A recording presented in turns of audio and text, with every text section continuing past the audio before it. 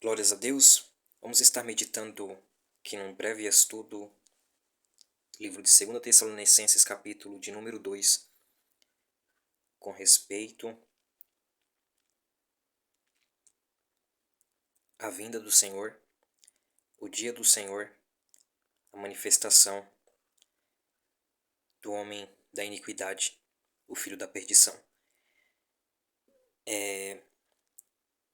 A palavra do Senhor nos diz que o apóstolo Paulo, ele escreve 2 cartas aos irmãos de Tessalônica, e na segunda carta, no primeiro capítulo, ele vem deixar claro aos irmãos para que eles estejam firmes, para que eles estejam sendo achados por justos e dignos de quando também o Senhor se manifestar, eles saberem que o Senhor dará a paga àqueles que aqueles que atribulam a igreja de Deus. Então no versículo de número 4, ele diz assim, do primeiro capítulo: a tal ponto que nós mesmos nos gloriamos de vós nas igrejas de Deus, à vista da vossa constância e fé, em todas as vossas perseguições e nas tribulações que suportais. 5. Sinal evidente do reto juízo de Deus, para que sejais considerados dignos do reino de Deus, pelo qual com efeito estáis sofrendo. Se de fato é justo para com Deus que ele dê em paga tribulação ao que vos atribulam. 7. E a vós outros que sois atribulados, alívio juntamente conosco, quando do céu se manifestar o Senhor Jesus com os anjos do seu poder. 8. Em chama de fogo, tomando vingança contra os que não conhecem a Deus e contra os que não obedecem ao Evangelho de nosso Senhor Jesus. 9. Estes sofrerão penalidade de eterna destruição, banidos da face do Senhor e da glória do seu poder. 10. Quando vier para ser glorificado nos seus santos e ser admirado em todos os que creram, naquele dia, porquanto foi crido entre vós o nosso testemunho. Então aqui ele pede para que os irmãos estejam cada vez mais focados na sua vocação, para que também cumpram com o propósito que foi determinado, a saber também as boas obras, que são as obras da fé, as obras da fidelidade, que a fé é fidelidade.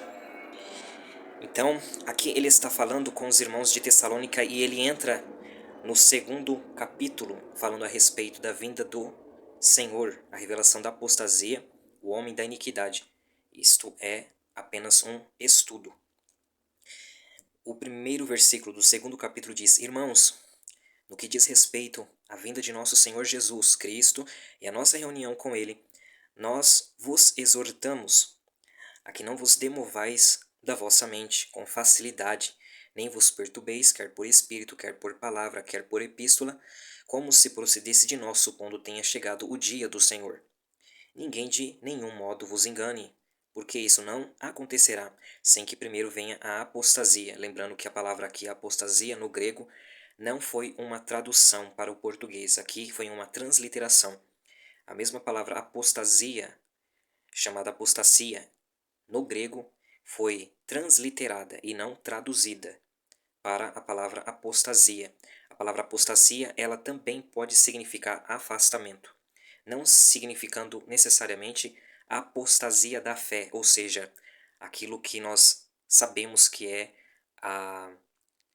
o afastamento, sim, da fé, né, da sã doutrina de Cristo, né, da fé salvífica, da fé genuína, da salvação, né, dos bons modos, bons costumes segundo a palavra do Senhor.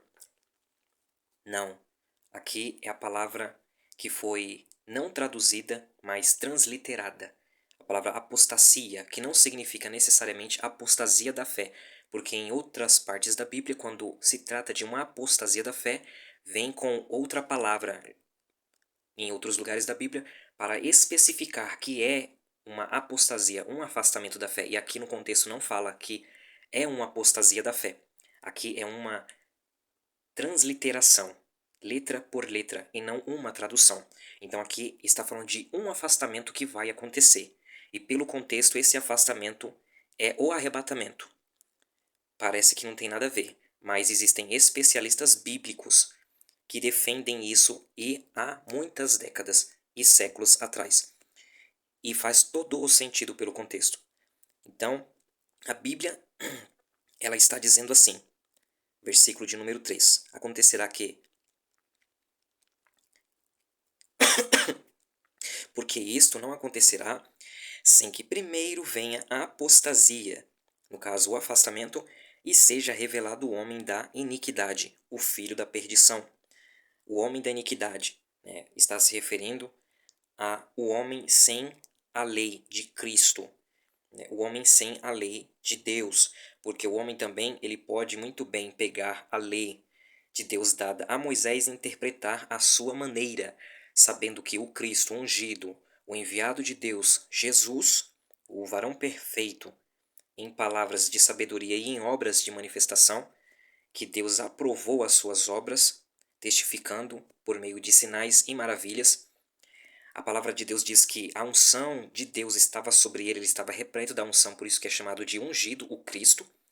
E ele ensinou, como está escrito no livro do profeta Isaías, o Espírito do Senhor está sobre mim, pelo que me ungiu, ele se tornou o Cristo de Deus, ungido de Deus, para ensinar, para apregoar salvação. Então ele veio traduzir e ele veio dar entendimento pleno àquilo que era chamado de a lei de Deus, dada a Moisés. Então ele veio plenificar, tornar pleno e apto o conhecimento de Deus. Ele não veio desfazer a lei de Moisés. Ele veio sim para tomar toda a maldição, todas as cargas do descumprimento da lei de Deus que os homens não conseguiriam jamais cumprir, especificando sobre apenas um ato que é o seu sacrifício, que abriria uma porta gigantesca da salvação para todo aquele que nele crê, porque é por isto que ele veio cumprir a lei.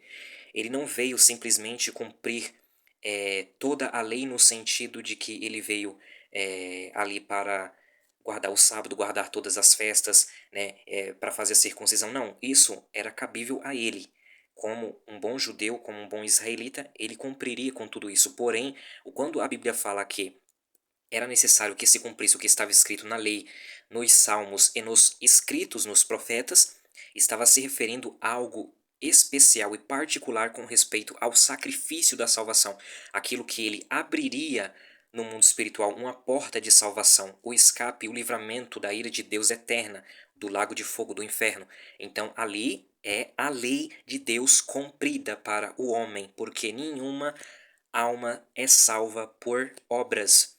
Nenhuma alma é salva simplesmente por uma fidelidade, entre aspas, imperfeita, porque o homem ele vai continuar sendo um pecador.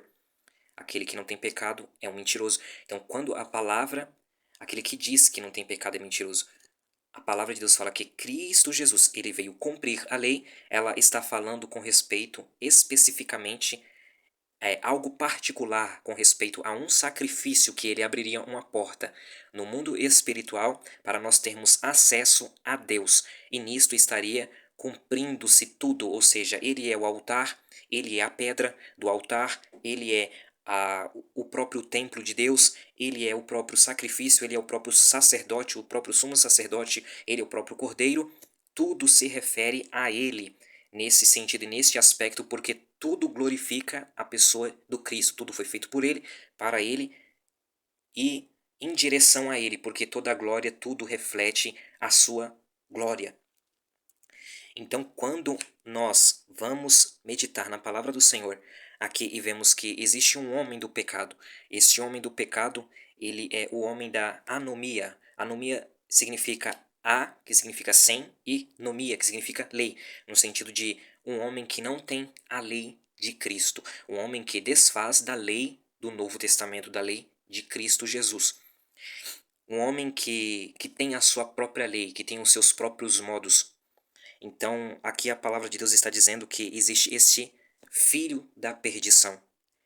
E a palavra do Senhor está dizendo que antes que isto aconteça, há de acontecer um afastamento, que pelo contexto nós podemos ver a partir do versículo 4, ele fala, o qual se opõe e se levanta contra tudo o que se chama Deus ou é objeto de culto.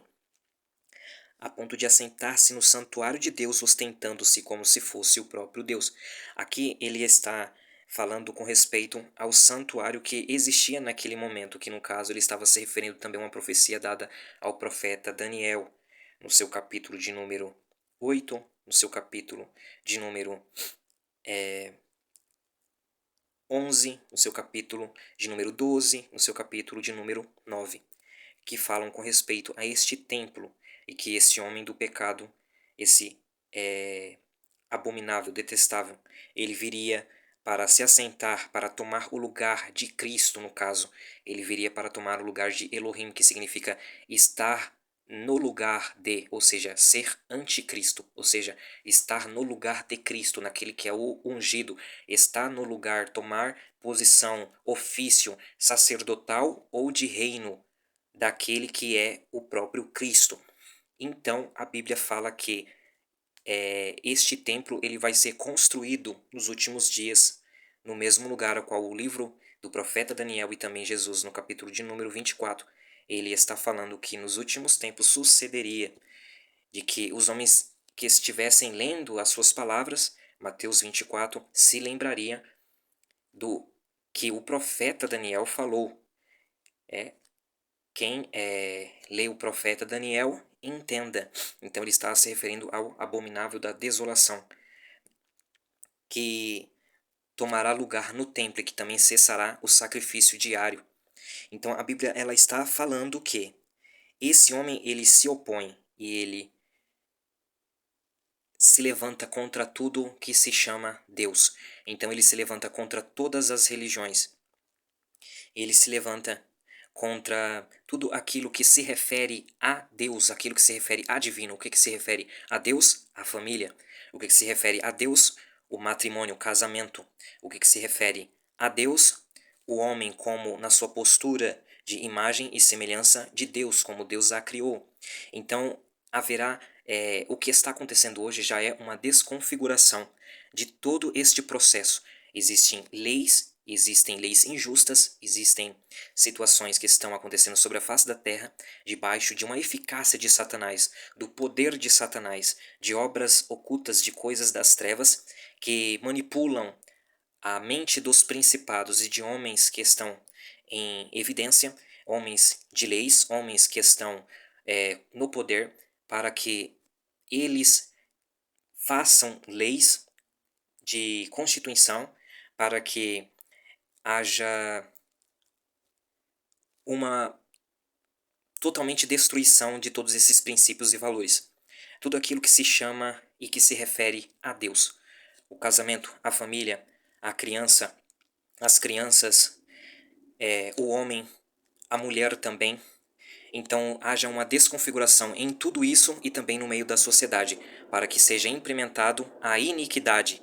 A iniquidade, a anomia, é aquilo que é o desprezo da lei de Cristo, o desprezo da lei de Deus. E isto vai tomando-se forma em leis constitucionais. A princípio, a igreja ela está numa batalha espiritual, pregando com a palavra do Espírito, pelejando em favor, né, do corpo de Cristo na terra, da igreja, da noiva, em favor dos homens e das mulheres, em favor da família, em favor de casais, em favor daquilo que é de Deus. E este homem do pecado, né, que ele toma consigo como um corpo, porque ele não é simplesmente um homem apenas, mas é todo um sistema de pessoas que tomam consigo, são anticristos. Estes homens, eles tomam consigo o desprezo da lei de Deus, porque eles não conhecem a Deus, porque eles estão movidos por uma eficácia de Satanás, eles estão movidos pelo poder das trevas. O príncipe deste século cegou o entendimento deles, para que eles andem num cursor das trevas neste mundo, indo em direção ao abismo, indo em direção à perdição eterna. Então, a igreja, ela é a luz do mundo. A igreja, ela é o sal da terra. E o mundo, ele jaze no maligno. O mundo é como uma sepultura aberta com um cadáver quase entrando em decomposição, e ali está a igreja como luz, mostrando: você está morto. O mundo está morto nos seus pecados e nos seus delitos. A luz está ali, mostrando para ele que ele está morto. E é o sal da terra também. Então há um sal que não permite aquela putrificação daquele cadáver. Quando alguém vai no cemitério, lá está escrito: aqui jaze fulano de tal, jaze restos mortais de fulano de tal. Então, a palavra do Senhor, por este estudo, ela está nos ensinando que o mundo em si, ele está como um corpo quase entrando em decomposição. Quando a igreja de Cristo, a noiva de Cristo, ela for tirada desta terra, sendo a luz do mundo, sendo o sal da terra, este corpo ele vai entrar em profundas trevas e em decomposição plena. Aí haverá simplesmente mortes e mais mortes e destruição e perdição. Então a palavra do Senhor, ela está dizendo que este homem, ele atua segundo um mistério da injustiça que já operava, que já opera. Desde que o mundo é mundo, esse mistério da injustiça, ele opera. Assim como existe um mistério da piedade de Cristo, de Deus, que Deus enviando ao seu filho imaculado, seu filho sem pecado, seu filho totalmente diligente, um homem de dores, um homem trabalhador, um homem sofredor na terra, que soube o que é padecer, que soube o que é sofrer, um homem responsável dentro do seu lar, perdendo o seu pai logo cedo, tendo responsabilidade sobre a sua família, sobre a sua mãe, sobre os seus irmãos, um homem de profissão dura, difícil como ele tinha, mas um homem que buscava a Deus ao extremo. Jesus, ele se sacrificava ao extremo em orações e em jejuns para não pecar contra Deus, porque ele veio num corpo semelhantemente de pecado, sujeito a pecar, mas não pecou. Por quê? Porque ele vivia uma vida separada, consagrada a Deus. Então, a palavra de Deus nos diz que Jesus, ele sendo este mistério da piedade de Deus, né? Deus, ele se mostrou piedoso para conosco, enviando a sua promessa, a sua palavra feito carne, conforme ele diz a Isaías, dizendo: eis que a palavra que eu disser, ela não voltará para mim vazia, mas ela fará tudo aquilo que me apraz. Então a palavra de Deus no livro de Isaías capítulo 40 fala: eis que toda a carne verá a glória de Deus. A glória de Deus se fará carne. Então Jesus, ele veio como a palavra, como a glória de Deus, ele se fez carne, a palavra se materializou na pessoa do menino Jesus, que cresceu cheio de graça e verdade. Uma criança, exemplo, conforme nos diz ali que ele vai crescendo, se robustecendo, cheio de sabedoria e de graça e de verdade, a quais os discípulos, os homens que andavam com ele, os seus alunos, disseram: a nossa vida, as nossas mãos tocaram no Verbo vivo, tocaram no homem cheio de graça, no homem cheio de verdade, apalparam o Verbo de Deus. Então, a palavra de Deus ela está dizendo que este mistério da injustiça, ele domina sobre a face da terra, por intermédio de homens ímpios que não conhecem a Deus e que não sabem reconhecer e dar a glória devida ao caráter de Deus, de quem Deus é, de que Deus é justo, mas não segundo a justiça dos homens, não segundo aquilo do padrão do homem, que o homem pensa que Deus ele é justo ao seu modo de pensar, não, mas conforme o que a Bíblia Sagrada diz que ele é justo, ele faz justiça e juízo, ele faz, mas ele é extremamente misericordioso. Até mesmo os juízes de Israel, nenhum deles poderia ser qualquer um homem simplesmente conhecedor das leis divinas, 613 mandamentos, preceitos, estatutos, conforme está escrito nos 5 primeiros livros da Bíblia, chamado de Lei de Moisés ou Lei de Deus, ou melhor, instrução, chamada de Torá, instrução. Acertar o alvo. O pecado é hata'á, o pecado é errar o alvo. E nós sabemos que o nosso alvo é Cristo. Então, quando nós obedecemos, nós acertamos, nós vamos em direção à pessoa de Cristo. Então, a palavra do Senhor, ela está querendo dizer que esse mistério da injustiça, ele opera nas nações segundo a eficácia de Satanás, segundo o poder das trevas. A palavra ela fala: o qual se opõe e se levanta contra tudo que se chama Deus, ou é objeto de culto. a ponto de assentar-se no santuário de Deus, ostentando-se como se fosse o próprio Deus. Aqui ele não está falando com respeito à pessoa da plenitude de Deus que é Jeová. A plenitude de Deus, quando nós falamos Jeová, não é o nome de Deus o Pai. Jeová é o nome de Deus, é o nome de Jesus, é o nome do Pai, é o nome do Espírito Santo.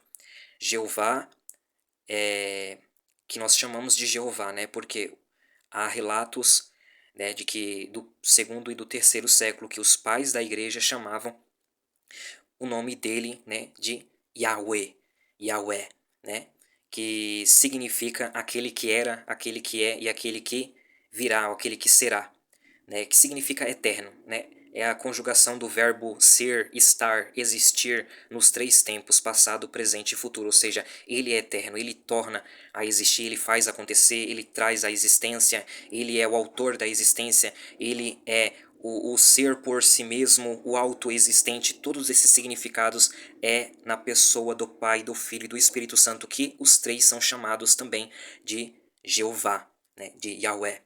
Então, a palavra de Deus, segundo este estudo, lembrando que não é uma pregação, numa pregação nós nos deixamos mais ser inspirados. Aqui, por um estudo, nós compreendemos para que possamos juntar o pensamento, para que possamos combinar um pouco aqui, um pouco ali, para que a nossa compreensão seja melhor. A Bíblia Sagrada, ela fala que este homem, ele se assenta no santuário de Deus e ele ostenta como se fosse o próprio Deus.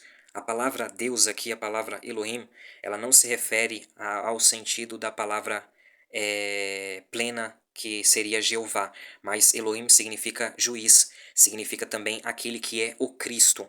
É por isso também que quando a palavra de Deus nos diz que Cristo, quando ele veio, ele, mesmo sendo em forma de Deus, mesmo sendo em forma de Elohim, mesmo sendo em forma de Cristo, porque os reis, alguns também poderiam ser chamados de Elohim, porque também que significa autoridades, poderes,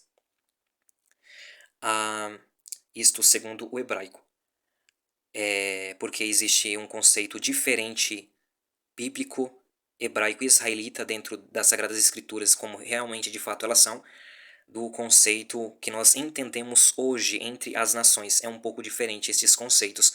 Quando a Bíblia ela fala que Cristo, ele sendo em forma de Elohim, ele não usurpou em estar como Elohim, mesmo ele sendo em forma de Elohim, mas ele se humilhou. A Bíblia ela está falando com respeito ao fato de ele vir como a pessoa de Cristo, ele saber que ele era ungido de Deus, ele estava totalmente capacitado e apto para iniciar o reino dele como um rei e Messias ungido, a sumo sacerdote segundo a ordem de Melquisedeque, porque ele não era da tribo de Levi, e ele então está ali como juiz, ele está ali como também Elohim entre o povo, mas ele não usurpou este lugar, mas ele se humilhou ao ponto de ser entregue, ser morto de uma forma muito humilhante, morte de cruz.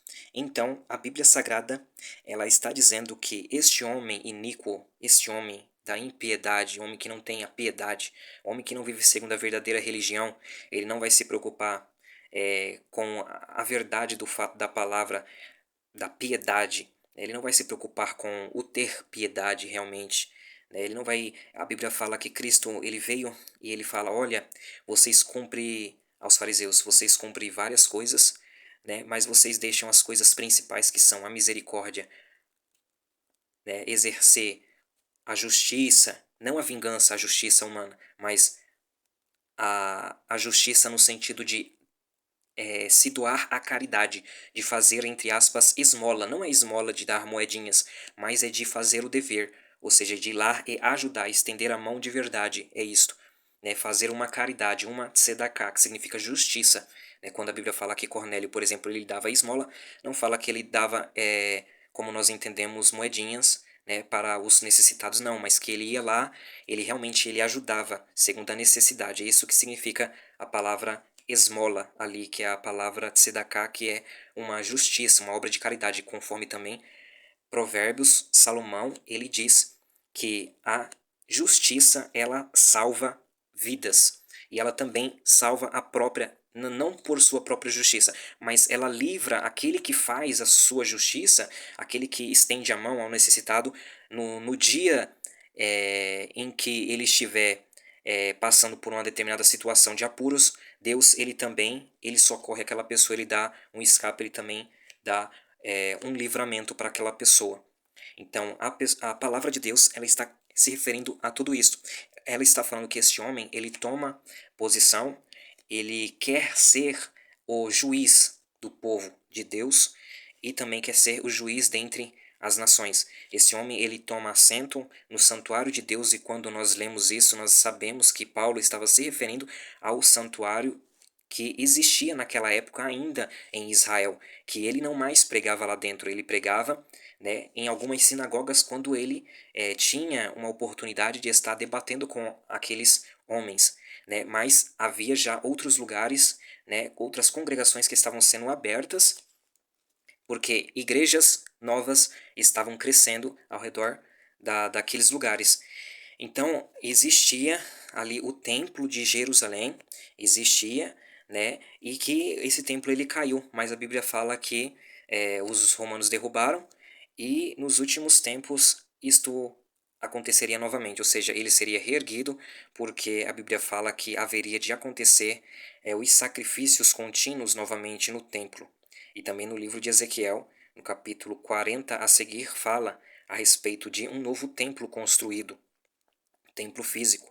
Então nós podemos ver que, inclusive, até mesmo o príncipe, lá no livro de Ezequiel, capítulo 40 a seguir, ele também faz sacrifício, né? Os sacerdotes, eles fazem sacrifício, inclusive pelo pecado, inclusive, né? Por que isto? Né? Se Cristo Jesus, ele já morreu, ele já fez o sacrifício e não há mais sacrifício pelo pecado, não é verdade? Mas por que que no livro de Ezequiel, capítulo 40, está dizendo que haverá sacrifício sendo feito no templo futuramente, inclusive até mesmo depois que Jesus voltar, depois, inclusive, em que acontecer a grande tribulação e todos estes eventos apocalípticos, né, eventos escatológicos?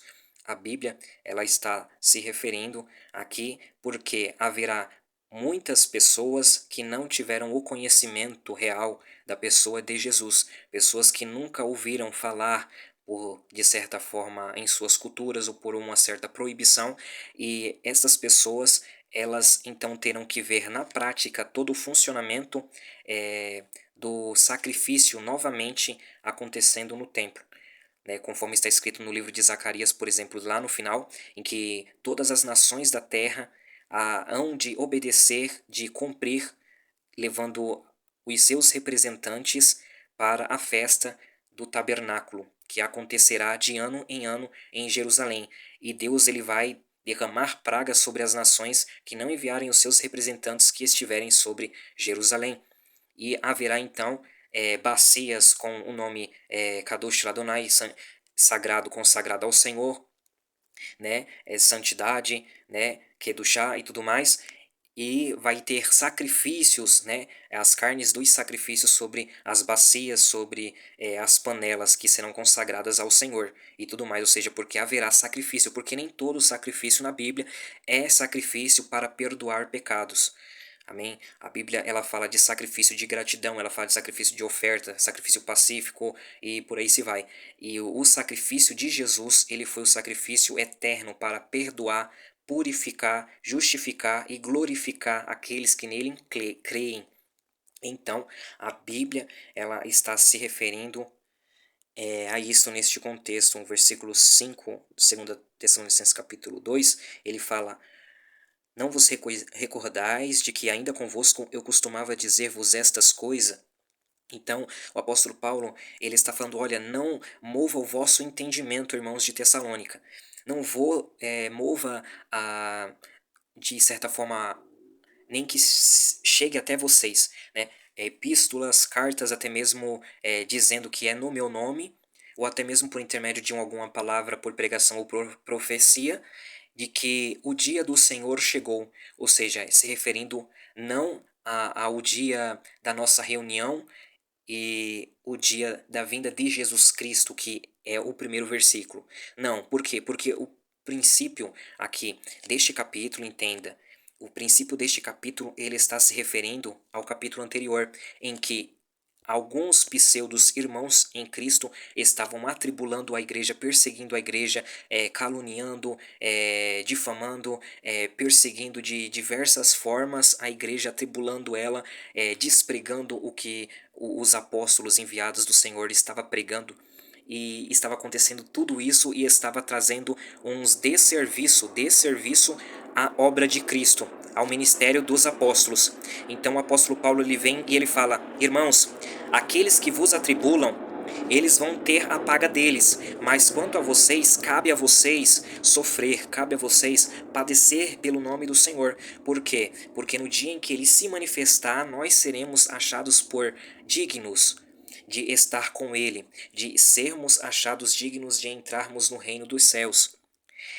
Quanto a eles, a Bíblia Sagrada, o Senhor, ele fala aqui: e a vós outros que sois atribulados, os irmãos, alívio juntamente conosco, quando do céu se manifestar o Senhor Jesus com os anjos do seu poder. Aqui ele está falando a respeito do arrebatamento, que é o primeiro versículo do capítulo 2, que ele fala: irmãos, no que diz respeito à vinda de nosso Senhor e Salvador Jesus, né, ele fala assim: e a nossa reunião com ele, nós vos exortamos. Há traduções que diz, né, eu rogo-vos, né, ou seja, ele de uma forma mais para pedir, né, para implorar para os irmãos, dizendo: irmãos, eu rogo que vocês estejam atentos quanto a isso, ou seja, para que vocês em suas pregações sempre mencionam a vinda de Jesus, sempre se lembrem de que ele está vindo e preguem isso e almejem isso nos vossos corações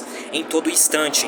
É isso que vai manter a chama acesa da vinda do Senhor Jesus Cristo nos vossos corações. É isso que vai fazer com que vocês estejam cada vez mais voltados a uma vida espiritual e abundante na presença de Deus, produzindo e ganhando, granjeando para o reino de Deus com verdade.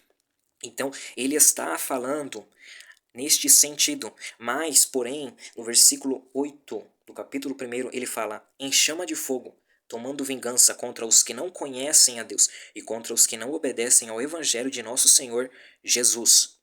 Estes sofrerão penalidade de destruição eterna, banidos da face do Senhor e da glória do seu poder, quando vier para ser glorificado nos seus santos e será admirado em todos os que creram.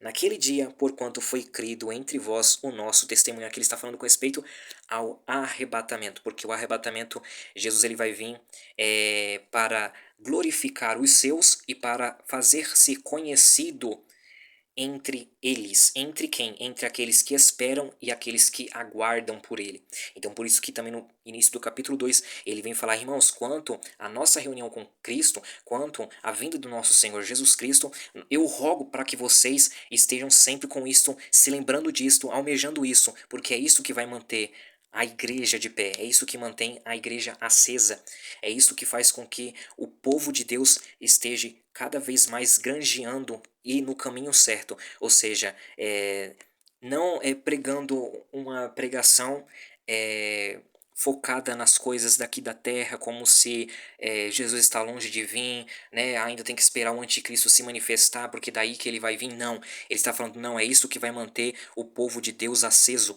é isso que sempre manteve a igreja de pé, que sempre manteve a igreja granjeando e ganhando para o reino celestial e abundante espiritualmente, ou seja, a pregação da vinda de Jesus Cristo.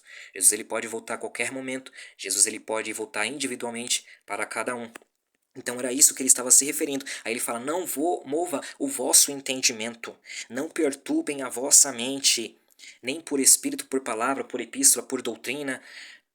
Não, porque isto não vai acontecer desta forma, mas antes, o dia do Senhor ele vai vir como? Aí ele fala assim, supondo que tenha chegado o dia do Senhor. E o dia do Senhor, os profetas já falaram, o dia do Senhor não é um dia de 24 horas. O dia do Senhor, ele, segundo o livro dos profetas, ele está se referindo a um período. É um período em que começa com o arrebatamento da igreja, porque Cristo ele vem para se manifestar, ser conhecido aos que creram, aos que esperam por ele e aguardam a sua salvação. E também tomando vingança em labaredas de fogo, tomando vingança contra todos aqueles que desconhecem de Deus e aqueles que atribulam a igreja de Deus no presente momento. Então, estes vão sofrer penalidade eterna, destruição eterna durante um juízo chamado de dia do Senhor. Um dia do Senhor não é um dia de 24 horas, é um período do Senhor. Por quê? Porque também a palavra dia, no Antigo Testamento, a palavra yom significa também tempo.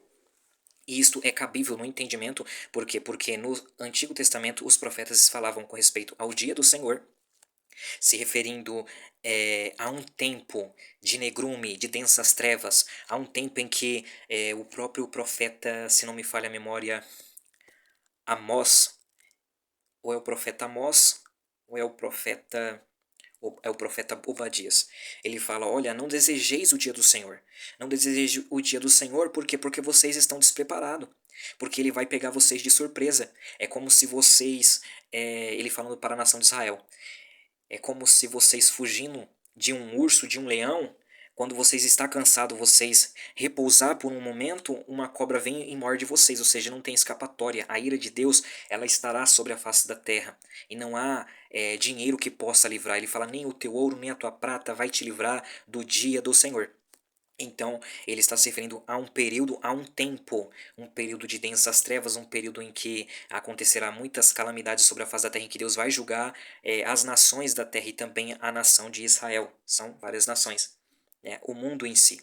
Então, ele fala, né, por exemplo, lá no livro de Malaquias, né, que naquele tempo, naquele dia, né, não vai sobrar, né? O dia do Senhor vem como fogo, né? Devorador, né? Que não vai sobrar nem rama, nem raiz, né? É, a palavra ela fala de um tempo, né, como nós podemos compreender no livro do Apocalipse, o dia do Senhor, por exemplo, que quando João, no capítulo 4 do livro do Apocalipse, ele fala assim que ele ouviu uma trombeta, com um som de uma trombeta, e então ele foi arrebatado no dia do Senhor. Não é que ele foi arrebatado num dia da semana chamado domingo ou sábado, ele foi arrebatado no dia do Senhor, ou seja, no início do dia do Senhor, que culminaria na grande tribulação, né? Então esse arrebatamento aqui de João está tipificado na igreja amada de Cristo, na igreja que será arrebatada antes da grande tribulação,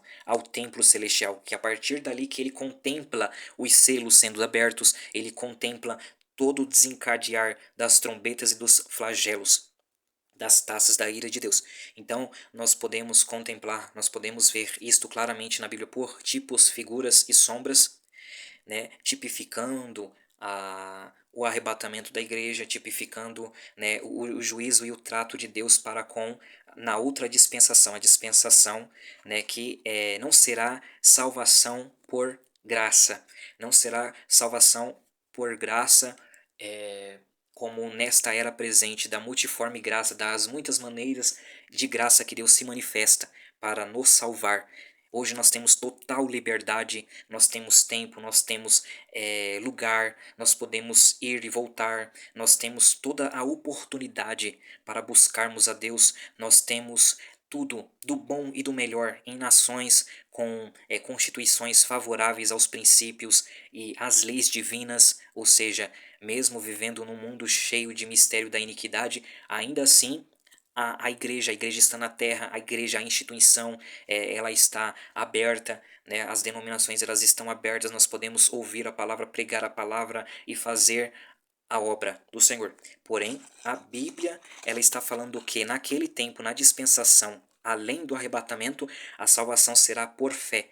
Então, é uma fé que vai ser de um resquício, de um conhecimento que se obteve da palavra. É por isso que ele também ele faz uma comparação na parábola das 10 virgens, comparando as virgens que tinham azeite né? Aquelas virgens são as daminhas que vão acompanhando a noiva. A noiva ela está à parte. Tanto que no Novo Testamento em grego, em aramaico, se forem pesquisar no Google, a Bíblia ela não fala que somente havia 10 virgens ali, né? Mas no Novo Testamento em aramaico, que provavelmente foi escrito em aramaico o Novo Testamento, né? A grande maioria do Novo Testamento, provavelmente, muito provavelmente, comprovado, foi escrito em aramaico, não em grego.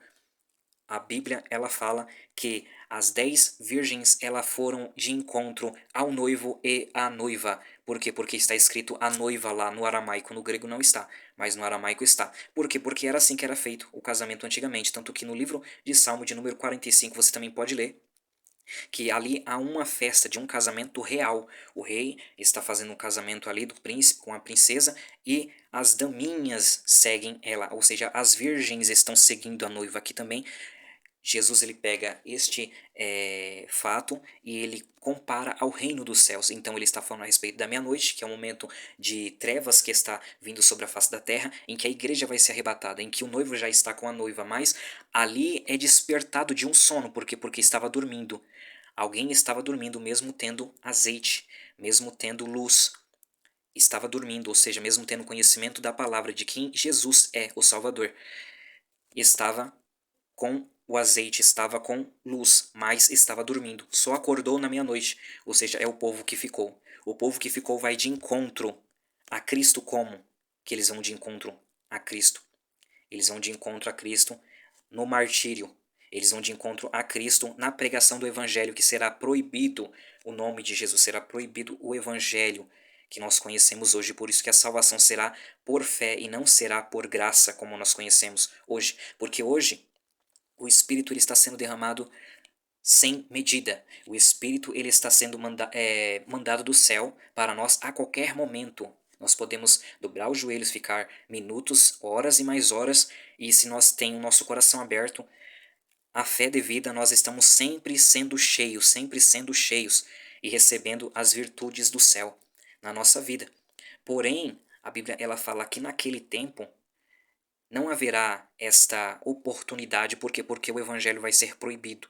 Então, a todos aqueles que tentarem se sacrificar, aqueles que conheceram a verdade de Cristo, conheceram que Jesus é o único Salvador que merece honra, glória, respeito, reverência e adoração, esses vão entender por um conhecimento que eles tiveram. Por quê? Porque não pode ser apagado um conhecimento da mente de ninguém, da consciência de ninguém, principalmente de quem um dia conheceu a Jesus. A sua consciência, ela é iluminada pela palavra de Deus. Então, quando aquelas pessoas se despertarem para a realidade que elas não foram achadas dignas de estar de pé diante do Filho do Homem na sua vinda, quando a noiva foi arrebatada, mais as damas, as honras, as daminhas de honra, né, as virgens ficaram, então ali, né, a casa de Israel. Por quê? Porque aqui vai mudar o cenário. O cenário agora ele não vai ser mais uma dispensação da multiforme graça de Deus para a salvação, mas será salvação por fé. Por isso que ele fala, naquele tempo o justo viverá pela fé. E também ele fala assim, no livro de Apocalipse, capítulo de número 13, né? Aqui está a paciência e a perseverança dos santos. Ele fala aqui também que todos quantos venceram, venceram por causa da fé no nome de Jesus, ou seja, venceram por causa de uma fidelidade, de uma fé. Eles não venceram simplesmente é, pela graça, né? Pela essa multiforme graça que nos é compartilhada neste presente tempo. Glórias a Deus. Por quê? Porque a Bíblia fala que naquele tempo tão terrível que não haverá arrependimento, porque o Espírito do Senhor ele vai se afastar da terra. O Espírito do Senhor ele não vai ser retirado da terra, mas haverá uma mudança. Assim como houve uma mudança antes de Cristo, por exemplo, para depois de Cristo. Por quê? Porque era necessário que Cristo fosse sacrificado, que o seu sangue fosse derramado sobre a terra e nós que somos terra também fôssemos comprados por sangue puro, imaculado, inocente de Cristo, para que nós fôssemos corpo, habitação, templo, morada do dono, do amo, Jesus, o Senhor.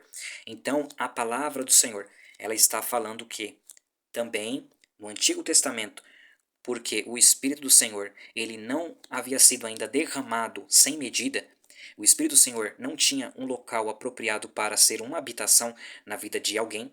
Ele repousava sobre os ungidos, que eram escolhidos a dedos por homens, profetas, que ungiam a sacerdotes, sumos sacerdotes, que ungiam a reis, e essas pessoas que eram por divina revelação dada pelo Espírito Santo aos profetas eram ungidas, e essas pessoas, elas então ali, elas eram chamadas de Cristos, ou seja, de ungidas, ungidos, Meshichim, é assim que está escrito no Antigo Testamento, ou seja, elas eram chamadas de, vamos assim dizer,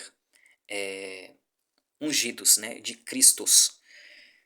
Então, quando a Bíblia Sagrada, a palavra do Senhor, ela está falando que no Antigo Testamento isto acontecia, o Espírito do Senhor ele se apoderava naquele dado tempo para executar uma função, uma tarefa, e assim ele se retirava. Por exemplo, quando ele veio sobre Sansão, e Sansão ali foi totalmente se apoderado do Espírito do Senhor, e ele foi para cima de 1000 homens com a queixada, e ele matou todos os homens com uma queixada, 1000 homens. Então, era uma força extraordinária. Por exemplo, quando o Espírito de Deus se apoderava sobre Davi e ele matava milhões, um homem apenas matava milhões, milhares de milhares, né? Um guerreiro.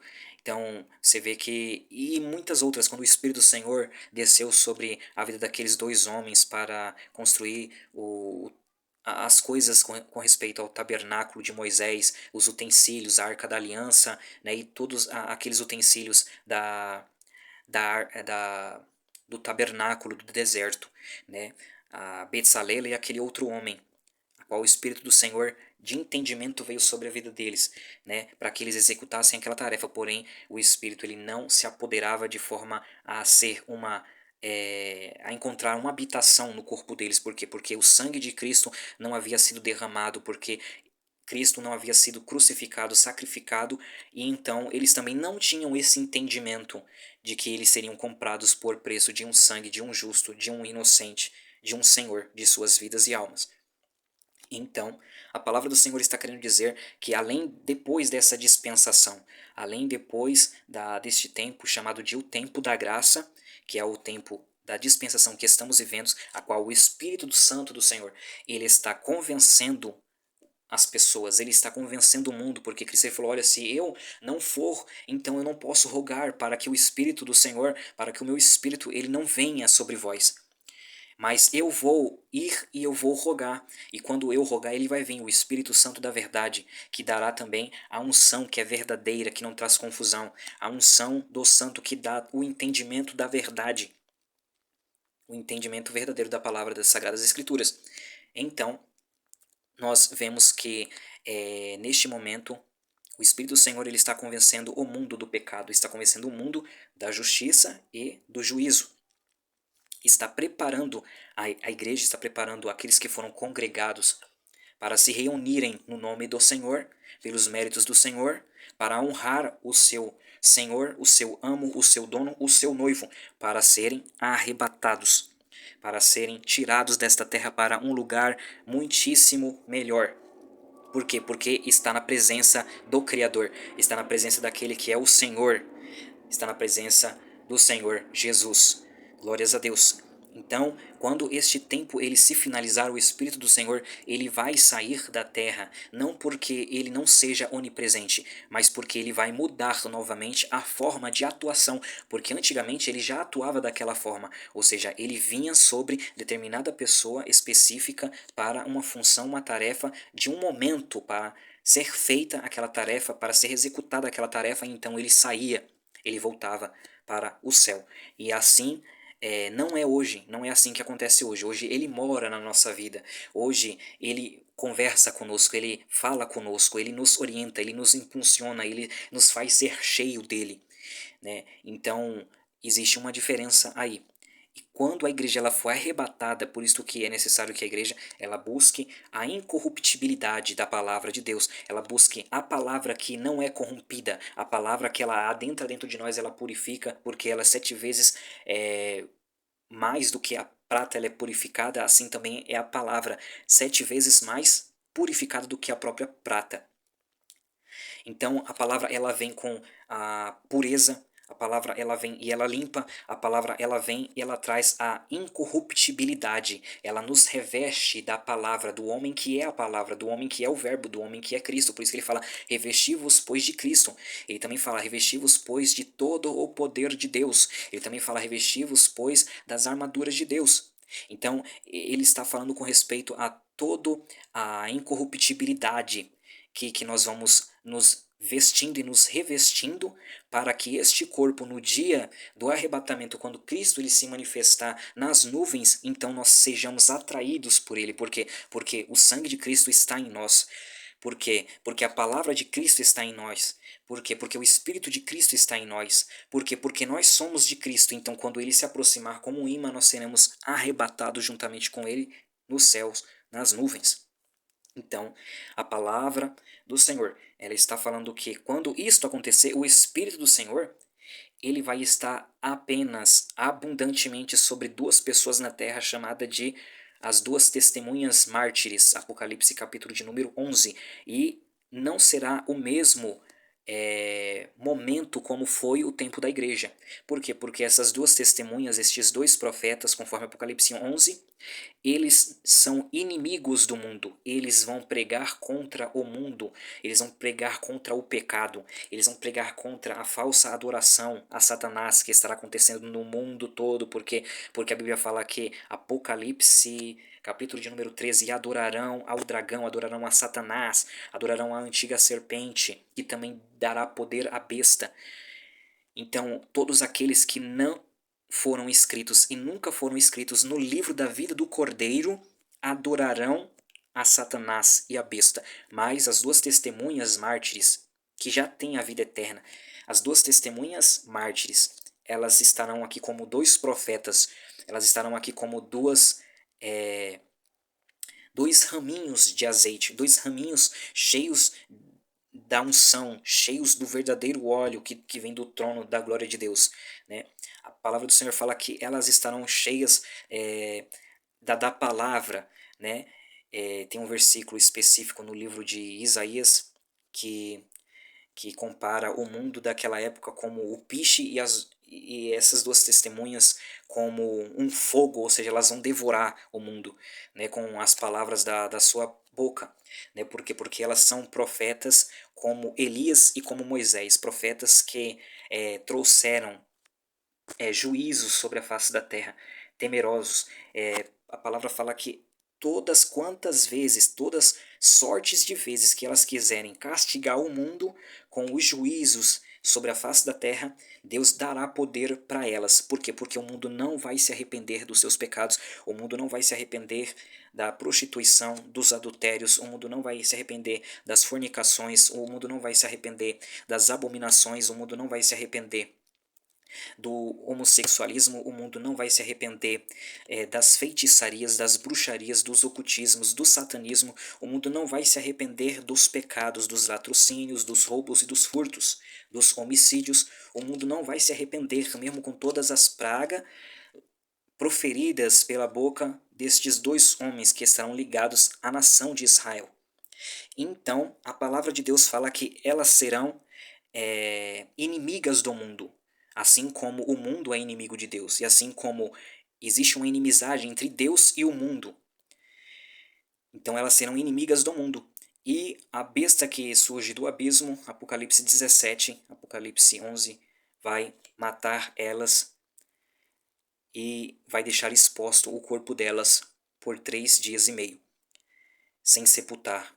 E as pessoas vão se alegrar muito sobre a face da terra, porque conseguiu cessar aqueles que causaram muitos danos e destruições sobre o universo, né, sobre a terra, porque muitas coisas vão acontecer na terra por causa das duas testemunhas, pela pregação delas. Porém, dentro desses 3 dias e meio em que os seus corpos não entram em decomposição, mas o Espírito de Deus vem sobre elas, ressuscita elas, coloca elas de pé, e a nuvem do céu aparece e chama elas para dentro da nuvem, sobe para cá, e aí elas são arrebatadas aos olhos de multidões.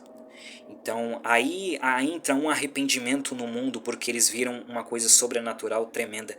Então está escrito que muita gente vai se arrepender depois desses 3 anos e meio, que é justamente quando realmente o anticristo ele vai mostrar quem de fato ele é, quando ele vai abolir realmente os sacrifícios que estarão sendo feitos no templo e vai exigir adoração, vai entrar no templo e vai dizer que é ele que é o juiz de Israel, que é ele que tem que ordenar quem quer que seja morto, que não adorar a sua imagem, que não obedecer às suas ordens e que tem que reverenciar, adorar, se prostrar perante ele. Ele e o falso profeta e todo um sistema por detrás disso farão estas coisas. Então, este homem, ele só se manifesta depois que a igreja ela é arrebatada, porque a igreja de Deus, a igreja cheia do Espírito Santo de Deus, ela impede a manifestação deste homem aparecer. Isto é muito claro aqui no livro de 2 Tessalonicenses, capítulo de número 12, 2. Então, ele fala aqui, por exemplo, versículo 6. E agora sabeis o que o detém. Artigo o. O detém é alguém, para que ele seja revelado somente em ocasião própria. Este que o detém é o Espírito de Deus dentro da igreja. É ele que detém, porque existe um mistério da piedade manifestado por Deus neste tempo, nesta era presente, que é o Cristo, a salvação de Cristo, que foi derramado o Espírito Santo que prometeu para a igreja, dizendo que nem as portas do inferno vai prevalecer contra a igreja. Então, a igreja de Cristo, ela entra dentro do inferno espiritualmente e ela resgata as almas que estão aprisionadas lá nos vícios, que estão aprisionadas no pecado, na perdição, e traz para Cristo. Por quê? Porque as portas do inferno, elas não conseguem se manter fechada diante da igreja, mas a igreja ela vai, adentra dentro das portas do inferno e arrebata as almas que estão lá na perdição, pessoas que estão vivendo aqui sobre a face da terra, mas estão mortas espiritualmente, pessoas que estão condenadas já, mas que elas, no erguer das suas mãos, elas, no render de suas almas, corpo e espírito para Deus, elas obtêm a salvação no nome, no mérito, pelo sangue de Jesus nesta era e neste momento presente. Então, aqui existe um mistério, mas esse mistério é o mistério da piedade. Já o mistério da injustiça é o que acontece sobre a face da terra. É tudo aquilo que está acontecendo que é contrário à justiça, que é contrário ao direito de Deus, que é contrário aos princípios e à lei do Senhor contida na Bíblia Sagrada. Esse mistério da injustiça que opera sobre as nações, que está sobre muitas constituições já de várias nações, né? Como, por exemplo, ideologias, marxismo cultural, a ideologia de gênero, a, a liberação das drogas, o casamento homoafetivo, né? A liberação da homoafetividade de uma forma terrível, assim, são muitas coisas que são de uma forma terrível, segundo a Bíblia Sagrada, que são coisas detestáveis pelos olhos do Deus Criador, que é puro, que é santo, que é verdadeiro, que sabe o que fala, que sabe o que faz, porque Ele é o Criador, Ele fez tudo de forma perfeita e Ele quer que isso permaneça da melhor forma possível, porque é para o nosso bem. Ele sabe o que é o melhor para o nosso bem, e quando Ele fala o nosso bem, Ele não fala somente no nosso bem, mas daqueles que estão juntamente conosco. Por exemplo, a família, a sociedade em si. Então ele quer um bem conjunto.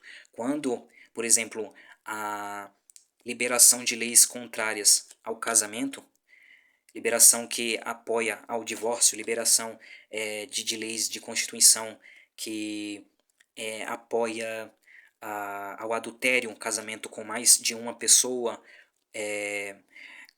por exemplo, pedofilia, quando a liberação das drogas, quando há diversas leis que oprimem os mais necessitados, né, e tudo mais. Então, todos esses tipos de leis, né, em constituição, né, eles fazem com que uma nação ela entre em iniquidade. Então aquela nação ela se torna uma nação iníqua e fica cada vez mais difícil para a igreja de Deus entrar dentro de uma nação e manter o evangelho sendo pregado e que aquela nação ela venha se converter ali, aconteça um avivamento naquela nação e as famílias sejam uma bênção, né? E as vidas saiam das drogas e haja casamento único, né? E que tudo venha prosperar, proceder bem, um real avivamento, né? Segundo a obediência da palavra de Deus. Quando tudo isso acontece, então é aquilo que realmente é o avivamento. Porém, o contrário disso é um mistério da injustiça que já opera. E ele vai tomando forma sobre as nações, né? E vai acontecendo coisas terríveis, obras ocultas, né? Religiões que estão envolvidas com coisas que são totalmente desumanas, muitas das vezes, né? E que causam malefícios, inclusive, sobre a face da terra, né? No mundo espiritual, no campo espiritual. E tudo isto, né, acontece e chega a um determinado momento em que quando a igreja ela cumpriu o seu papel e ela for retirada aqui da terra, então o Espírito do Senhor ele vai sair do caminho, ele não vai mais barrar o homem da iniquidade. Então esse homem ele vai vir, vai pegar um mundo totalmente bagunçado e ele vai colocar não a ordem, né? Ele não vai colocar, não, ele vai usurpar de tudo isso como se ele fosse Deus. Ele vai usurpar de tudo isso como se fosse um juiz, colocando as suas próprias leis injustas, a sua iniquidade. Então, esta é a palavra do Senhor. Que Deus abençoe a vida de cada um de vocês. Glórias a Deus. Em nome de Jesus. Amém.